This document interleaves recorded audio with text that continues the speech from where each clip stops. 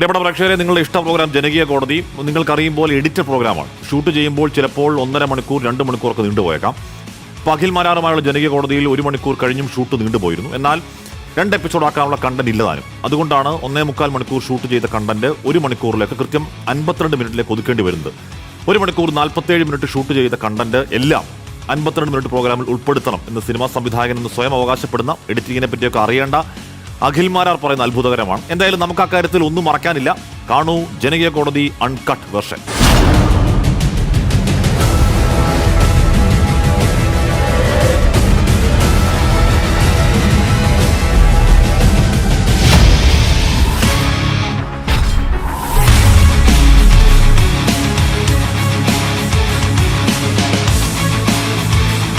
ജനത്തിന്റെ ശബ്ദം, ജനത്തിനു വേണ്ടിയുള്ള വാദങ്ങൾ. പ്രിയ പ്രേക്ഷകർക്ക് ജനകീയ കോടതിയിലേക്ക് സ്വാഗതം.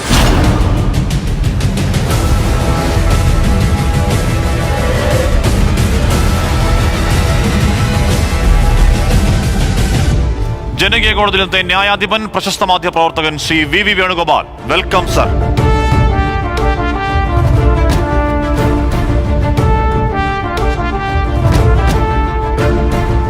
ഇന്നത്തെ അതിഥി സംവിധായകൻ, എഴുത്തുകാരൻ, social media influencer, reality show താരം, പലപ്പോഴും വിവാദങ്ങളിൽ കേന്ദ്രബിന്ദു ശ്രീ അഖിൽ മാരാർ. വെൽക്കം ശ്രീ അഖിൽ.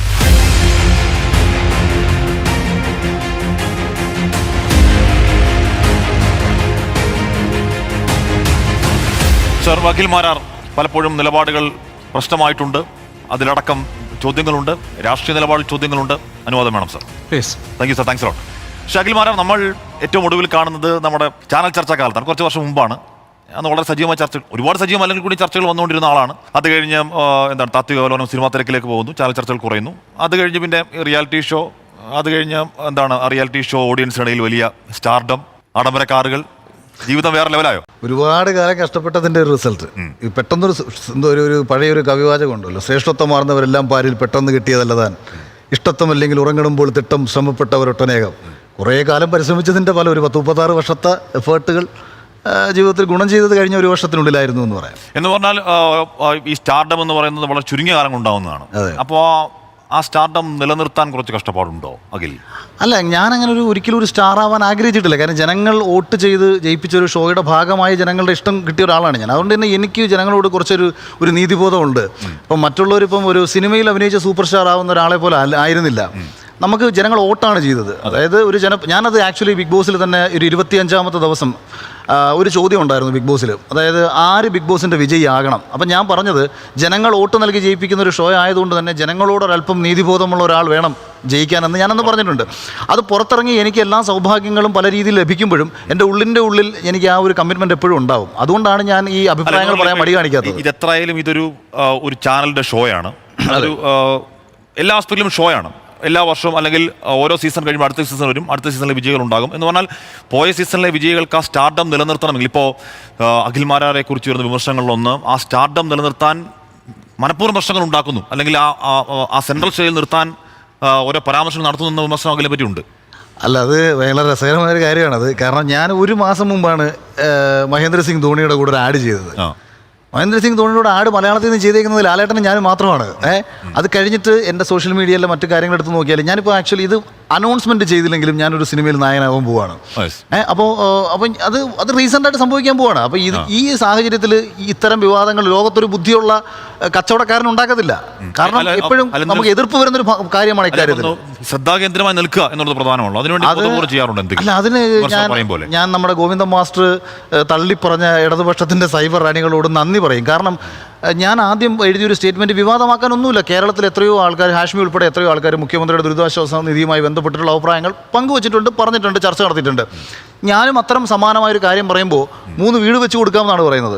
പകരം കൂട്ടത്തിൽ ഇത് പറയുന്നു, ദുരിതാശ്വാസ നിധിയിലേക്ക് പൈസ കൊടുക്കാൻ എനിക്ക് താല്പര്യമില്ലെന്നും പറയുന്നു. ഈ ഒരാൾക്ക് താല്പര്യമില്ല, അയാളുടെ ഇഷ്ടം പോലെ ചെയ്തോട്ടെ എന്ന് പറയുന്നതിനകത്ത് അതെങ്ങനെയാണ് വിവാദമാകുന്നത്? അതിനു മുമ്പ് ഇപ്പം അഖിൽ മാരാർ എപ്പോഴും പറയാറുള്ളതാണ്, എനിക്ക് അച്ഛനൊന്നേ ഉള്ളൂ, അതുപോലെ വാക്കൊന്നേ ഉള്ളൂ എന്ന് പറയാറുണ്ട്. പക്ഷെ നിലപാടുകളിൽ ആ ഒരു സ്ഥൈര്യം എപ്പോഴും ഉണ്ടാവാറുണ്ടോ എന്ന് തോന്നുന്നുണ്ടോ? അല്ല, വ്യത്യാസമുണ്ട് ഹാഷ്മി. ഇതെന്താണെന്നറിയോ, എന്ന് പറഞ്ഞാൽ താങ്കൾ ഇപ്പോൾ കമ്മ്യൂണിസ്റ്റുകാരനാണെന്ന് പറയും, താങ്കൾ യൂത്ത് കോൺഗ്രസിന്റെ സജീവ പ്രവർത്തകനും നേതാവുമായിരുന്നു, താങ്കൾ BJP പ്രവർത്തകനായിരുന്നു. അപ്പോൾ എന്താണ് രാഷ്ട്രീയ നിലപാടുണ്ടോ?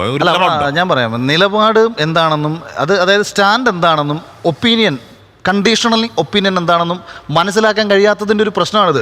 ഇപ്പം നമ്മളിപ്പോൾ ഇസ്രായേൽ പാലസ്തീൻ യുദ്ധം നടക്കുകയാണ്, അവിടെ കണ്ടീഷൻ സാറ്റിസ്ഫൈ ചെയ്ത് നോക്കിയിട്ടല്ല നമ്മളൊരു സ്റ്റാൻഡാണ് എടുക്കുന്നത്. ഇപ്പം ഒരു വിഭാഗം ആൾക്കാർ പാലസ്തീനൊപ്പം എന്നൊരു സ്റ്റാൻഡ് എടുക്കുന്നു, ഒരു വിഭാഗം ഇസ്രായേലിനൊപ്പം എടുക്കുന്നു. ആ യുദ്ധത്തിൻ്റെ ഏത് സാഹചര്യം എങ്ങനെ മാറി മറിഞ്ഞാലും അത് മാറില്ല. കാര്യം അതൊരു സ്റ്റാൻഡാണ്, അത് ആ കാര്യം അത് നേരത്തെ തന്നെ നമ്മുടെ തീരുമാനത്തിൻ്റെ ഭാഗമാണ്. പക്ഷേ അതുപോലല്ല, കണ്ടീഷണൽ സാറ്റിസ്ഫൈ ചെയ്യുന്ന ചില നിലപാടുകൾ നമ്മൾ എടുക്കും. ഇപ്പോൾ ഉദാഹരണത്തിന്, ഇപ്പോൾ രാവിലെ നമ്മൾ രണ്ടുപേരും കൂടെ അമ്പലത്തിൽ പോകാൻ തീരുമാനിക്കുന്നു. ഹാഷ്മി കുളിച്ചിട്ടില്ല, ഞാൻ പറയുന്നത് ഹിന്ദു ആണെന്ന് വെച്ചോളൂ, എൻ്റെ സുഹൃത്താണ് ഹിന്ദുവാണ്, നിങ്ങൾ കുളിച്ചിട്ടില്ല, ഞാൻ നിങ്ങളോട് അമ്പലത്തിൽ പോകാൻ വരുന്നില്ല എന്ന് പറഞ്ഞാൽ കുളിച്ചാൽ വരും. ഞാൻ ഈ രണ്ട് വിഷയത്തിൽ, അതായത് മുഖ്യമന്ത്രിയുടെ ദുരിതാശ്വാസ നിധിയിലേക്ക് പണം കൊടുക്കത്തില്ല എന്ന് പറഞ്ഞ് രണ്ടാമത്തെ ഫേസ്ബുക്ക് പോസ്റ്റ് ഞാൻ ഇടുന്നുണ്ട്. എന്തുകൊണ്ട് പറയേണ്ടി വരുന്നു? കാര്യം വിമർശനങ്ങൾ വന്ന സമയത്ത് നമ്മളത് എന്തുകൊണ്ട് പറയേണ്ടി വന്നു? കണക്കുകൾ കാണിക്കാത്തതുകൊണ്ട് പറയേണ്ടി വന്നു. കണക്കുകൾ കാണിച്ചാൽ കൊടുക്കാൻ ഒരു പ്രശ്നവുമില്ല. അവിടെ നിലപാട് എന്താണെന്നും നമുക്ക് അതിലെ കുറച്ചുകൂടി വിശദമായി വരേണ്ടതുള്ളതുകൊണ്ട് ഞാൻ പറഞ്ഞത്, ഇപ്പോൾ രാഷ്ട്രീയ നിലപാട് എന്നുള്ളത് അത് പ്രത്യയശാസ്ത്രം ബന്ധപ്പെട്ടതാണ്. എനിക്ക് ഒരു രാഷ്ട്രീയ പാർട്ടിയോട് പ്രത്യേകിച്ച് താല്പര്യമൊന്നുമില്ല. അല്ല, അപ്പൊ അങ്ങനെയെങ്കിൽ നിലപാടില്ല, രാഷ്ട്രീയ നിലപാടില്ല. ഇപ്പൊ എന്ന് പറഞ്ഞാൽ അഖിൽമാരാറുടെ താല്പര്യം പോലെ, അഖിൽമാരാർക്ക് ഇഷ്ടമുള്ളപ്പോൾ തരാതരം പോലെ ചിലപ്പോൾ കമ്മ്യൂണിസ്റ്റുകാരനാവും, ചിലപ്പോൾ കോൺഗ്രസ്സുകാരനാവും, ചിലപ്പോൾ BJP-കാരനാവും. അത്രേ ഉള്ളൂ. അല്ല, അതായത് ഇന്ത്യ മഹാരാജ്യത്തിൽ എന്നോ ഒരു 1885 Allan Octavian Hume international Congress ഉണ്ടാക്കിയില്ലായിരുന്നുണ്ടെങ്കിൽ ഈ കോൺഗ്രസ്സുകാർ എന്ത് ചെയ്തേനെന്നേ? അല്ല, ഞാൻ പറഞ്ഞത് അതാ ഞാൻ പറഞ്ഞു, എൻ്റെ രാഷ്ട്രീയം ജനങ്ങൾക്കൊപ്പം നിന്ന് ശരികൾക്ക് വേണ്ടി സംസാരിക്കുക എന്നുള്ളതാണ് രാഷ്ട്രീയം. ഇപ്പോൾ മുല്ലപ്പെരിയാർ വിഷയം വന്നപ്പോൾ ഞാൻ CPM-ന്റെ നിലപാടിനൊപ്പമാണ് നിന്നത്. അതായത് മുഖ്യമന്ത്രി എന്താണോ പറഞ്ഞത് ആ നിലപാടിനൊപ്പം നിന്നാണ് സംസാരിച്ചത്. അതാണ് ശരിയെന്ന് എനിക്ക് തോന്നി. അല്ല, അങ്ങനെ എന്തുകൊണ്ടാണ് യൂത്ത് കോൺഗ്രസിന്റെ പ്രവർത്തകൻ നേതാവ് എന്ന ചട്ടക്കൂടിൽ നിൽക്കുന്നത്? എന്തിനാണ്? എന്തുകൊണ്ടാണ് വലിയ പരിപാടിയിൽ BJP-യിലേക്ക് അങ്ങ് ക്ഷണിക്കപ്പെടുന്നതും അവിടുന്ന് അംഗത്വം എടുക്കുന്നത്? എന്തുകൊണ്ടാണ്? ഞാൻ പോയിട്ടില്ലല്ലോ, ഒഫീഷ്യൽ ഒരു പരിപാടികളൊന്നും ഞാൻ പങ്കെടുത്തിട്ടില്ല. അവരോട് എനിക്ക് പ്രത്യേകിച്ച് വിരോധം ഉണ്ടായതുകൊണ്ടല്ല എന്നെ BJP-യുടെ പരിപാടിക്ക് വിളിച്ചിട്ടില്ല. കാര്യം എൻ്റെ താത്വിക ഫലം BJP-ക്കാരായിരുന്നു. അല്ല, ഞാൻ പറഞ്ഞുതരാം. അതായത് എനിക്ക് കമ്മ്യൂണിസ്റ്റ് ബാക്ക്ഗ്രൗണ്ട് ഒന്നുമില്ലായിരുന്നു. എൻ്റെ നാട് ഒരു പക്ക കമ്മ്യൂണിസ്റ്റ്, പട്ടാത്തല എന്ന് പറഞ്ഞാൽ രക്തസാക്ഷികളുടെ നാടാണ്. ഞാൻ ഒരുപാട് കമ്മ്യൂണിസ്റ്റുകാരെ കണ്ടിട്ടുണ്ട്.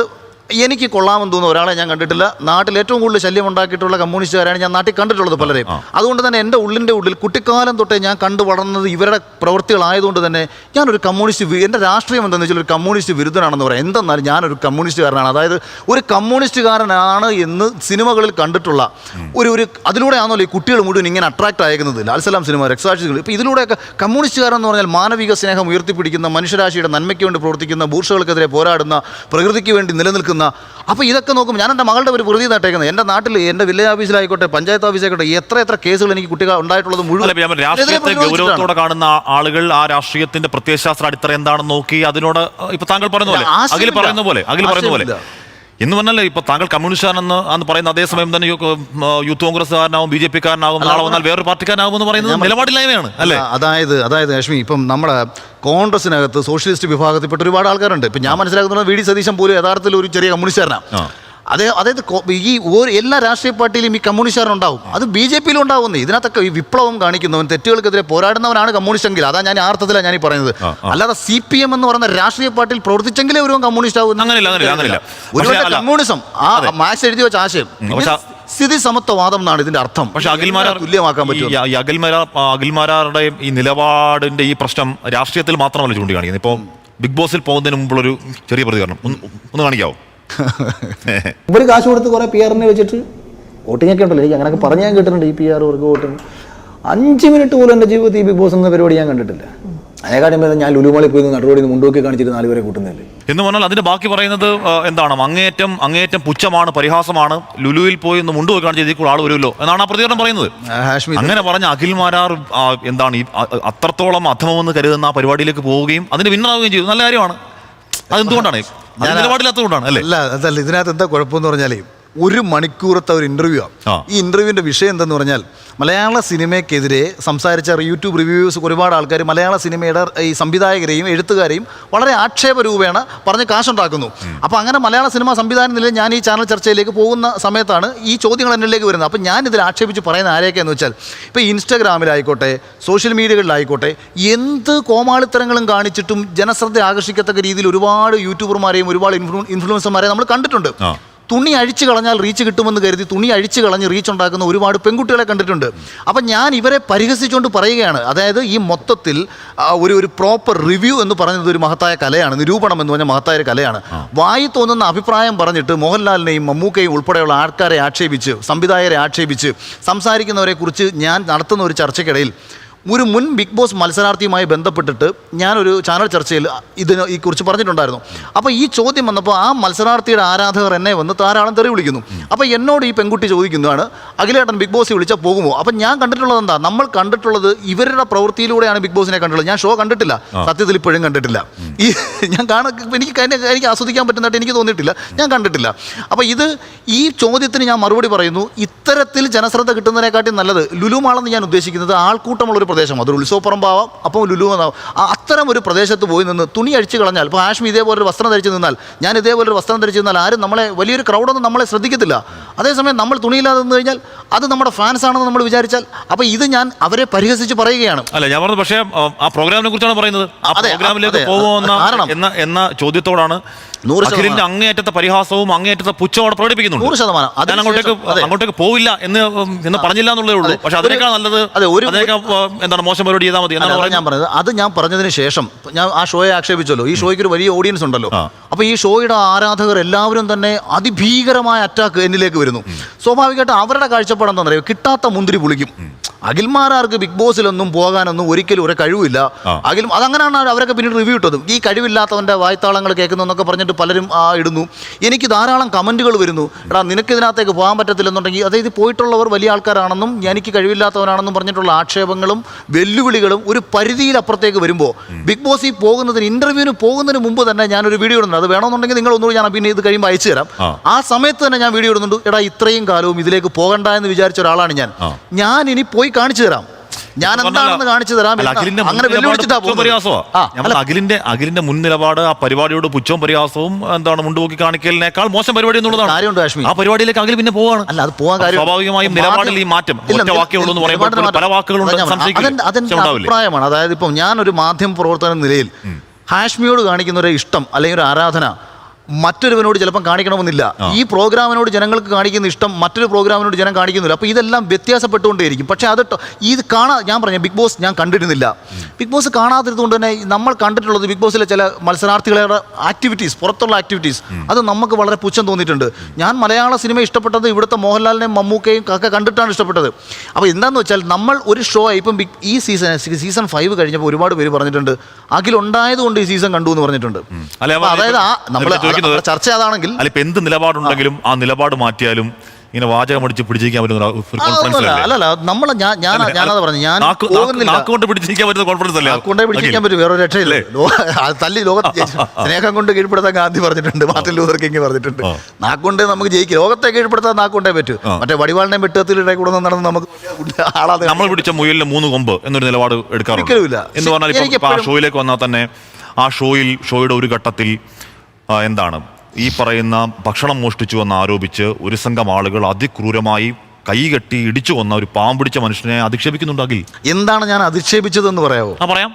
എന്ന് പറഞ്ഞാൽ എന്താണ്, അവിടെ അരിയാഹാരം എടുത്താൽ, അരിയാഹാരം മോഷ്ടിച്ചാൽ മധുവിന്റെ അവസ്ഥ വരും എന്ന് പറയുന്നുണ്ട്. അതാണ് പറഞ്ഞത്. ആസ്ഥാനത്ത് തമാശ പറയുന്നത്, ആസ്ഥാനത്ത് തമാശ കേട്ട് ചിരിക്കാൻ ആൾക്കാരവിടെ ഉണ്ട്. ചിരിച്ചോട്ടെ. ഞാൻ പറഞ്ഞ എന്താണ്, ബിഗ് ബോസ് ഹൗസിന്റെ പ്രത്യേകത എന്ന് പറഞ്ഞാൽ ഭക്ഷണം വളരെ ലിമിറ്റഡ് ആയിട്ടുള്ളൊരു സ്ഥലമാണ്, വളരെ ലിമിറ്റഡ് ആയിട്ട്. ഈ മോഷ്ടിച്ചു എന്ന് പറയുന്ന സാധനം ഞങ്ങളൊരു ടാസ്ക് ആയിരുന്നു, അതായത് ഒരാൾ ഓരോ കഥാപാത്രങ്ങളായിട്ട് പെർഫോം ചെയ്യുന്ന ഒരു ടാസ്ക് ആയിരുന്നു. അതിൽ മീശമാധവന്റെ കഥാപാത്രമായിട്ട് സാഗർ എന്ന് പറയുന്ന ചെറുപ്പക്കാരൻ പെർഫോം ചെയ്തു. അല്ല, അതിലേക്ക് ഞാൻ പറയാം. അവൻ ജാം മോഷ്ടിക്കുകയാണ്. 100 ഗ്രാം ജാം, ഞങ്ങൾക്ക് 100 ഗ്രാം ജാം 18 പേർക്ക് ഒരാഴ്ചയാണുള്ളത്.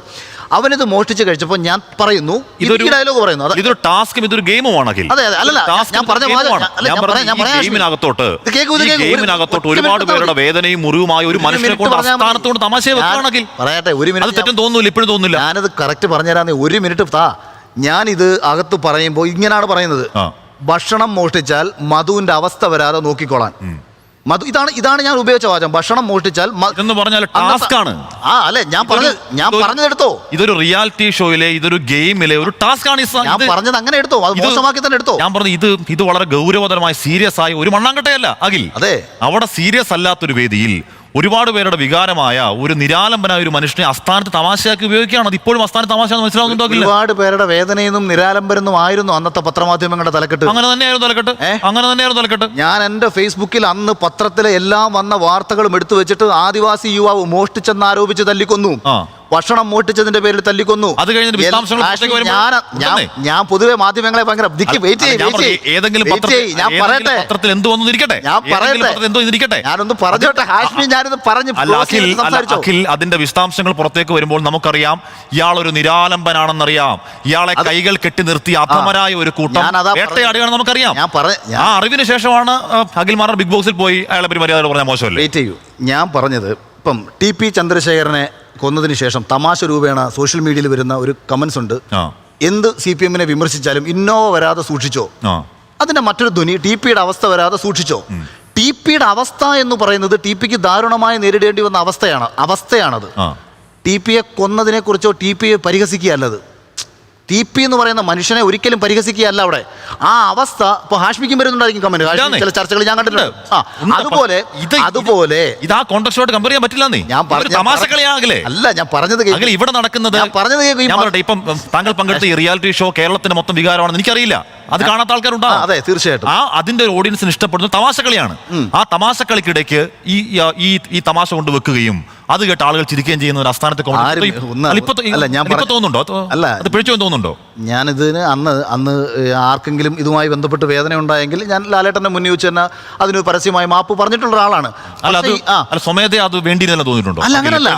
ഞാൻ പറയും, ഇത് വളരെ ആക്ച്വലി ഇത് പുറത്ത് ഞാൻ പിന്നീട് ഇറങ്ങിയപ്പോൾ കാണുന്നത് തന്നെ എന്തറിയോ, വളരെ ഒരു വൈഡ് ഫ്രെയിമിൽ എൻ്റെ വോയിസ് മാത്രം, അതായത് അത്രയേറെ ആൾക്കാർ എന്നെ എതിർക്കാൻ അന്ന് പുറത്തുണ്ടായിരുന്നത് കൊണ്ട് ഇവരെന്നിൽ നിന്ന് എന്തെങ്കിലും കിട്ടാൻ നോക്കിയിരുന്ന. പക്ഷേ എൻ്റെ റിയാലിറ്റിയാണ് ഞാൻ പറയാൻ വന്നത്. എനിക്കിപ്പം മധു എന്ന് പറയുന്ന മനുഷ്യനെ തല്ലിക്കൊന്നു എന്ന് എഴുതാൻ ധൈര്യമില്ലാത്ത മാധ്യമങ്ങളെ എന്ന് പറഞ്ഞ് വിമർശിച്ച് ഞാൻ ഫേസ്ബുക്കിൽ ഒന്ന് പോസ്റ്റ് എഴുതി. ഇപ്പൊ ഞാൻ സ്ക്രീൻഷോട്ട് ഉൾപ്പെടെ ഇപ്പോൾ അയച്ചു തരാം. ഇത് ഞാൻ പ്രതീക്ഷിച്ചില്ല. അല്ലെന്ന് ഞാൻ ഇപ്പോൾ സ്പോട്ട് ചെയ്തു. അഖിൽ മാരാർക്ക് പിന്നെ റിപ്പീറ്റ് ഉണ്ട് കേട്ടോ. കവിത എഴുതി, കവിത എഴുതി. ആ വിഷയം അറിയാമെങ്കിലും മധുവിന് വേണ്ടി കവിത എഴുതിയിട്ടും അങ്ങനെ ഒരു തമാശ കളിയിൽ അസ്ഥാനത്ത് പറയാണ്ട് ജോക്ക ഇപ്പോഴും തോന്നുകയാണ്. അതിന്റെ ശരി തെറ്റുകളെ കുറിച്ച് അല്ല ഞാൻ പറഞ്ഞത്. ഞാൻ അവിടെ പറഞ്ഞത് മധുവിന് നേരിടേണ്ടി വന്ന അവസ്ഥയാണ്. അവിടെ മധു എങ്ങനെയാണ് ഞാൻ പറയേണ്ടതാണോ? ഒരു തമാശക്കളിയിൽ നമ്മൾ ഈ പറയുന്ന മനസ്സിലായി, റിയാലിറ്റി ഷോ എന്ന് പറയുന്ന ഒരു ഗെയിം ഷോയിൽ ഒരു തമാശക്കളിയിൽ പറയേണ്ട ഒരു തമാശയാണോ മധു? വയനാട്ടിലെ പറയുന്നത് അത് കേട്ട് ആൾക്കാർ ചിരിക്കുന്നുണ്ട്. അവിടെ ഞാൻ ചിരിക്കുന്ന കാണുന്നില്ല. വലിയ വൈഡ് ഫ്രെയിം. അതായത് ഈ വയനാട്ടിലെ മനുഷ്യരെന്ന് പോലും വിളിക്കാൻ പറ്റാത്ത ഒരു വിഭാഗം ചെറുപ്പക്കാർ ചേർന്നിട്ട് ഒരു പാവപ്പെട്ടവൻ, അവൻ ഇനി ഭക്ഷണം മോഷ്ടിച്ചു എന്ന ആരോപണം വന്നാൽ പോലും ചെയ്യാവുന്നതിൻ്റെ അങ്ങേയറ്റം ക്രൂരത അവിടെ കാണിച്ച കുറേ ഒരു വിഭാഗം ആൾക്കാരുണ്ട്. അവരുടെ ഭ്രാന്ത് ഇതിനെയാണ് ഞാൻ പരിഹാസ രൂപേണ പറയുന്നത്. കാരണം ഞാൻ ക്ലാരിറ്റി തരാൻ വേണ്ടി പറയണം. അതായത് മധുവിൻ്റെ അവസ്ഥ വരാതെ നോക്കിക്കോ എന്ന് ഞാൻ സാഗറിനോട് പറയുന്നു. എന്താണ് അവന് സംഭവിക്കാൻ പോകുന്നത്? ഭക്ഷണം എടുക്കാൻ ശ്രമിച്ച സാഗറിനെ ഹൗസിലുള്ള മറ്റുള്ളവർ ഉപദ്രവിച്ചേക്കാം.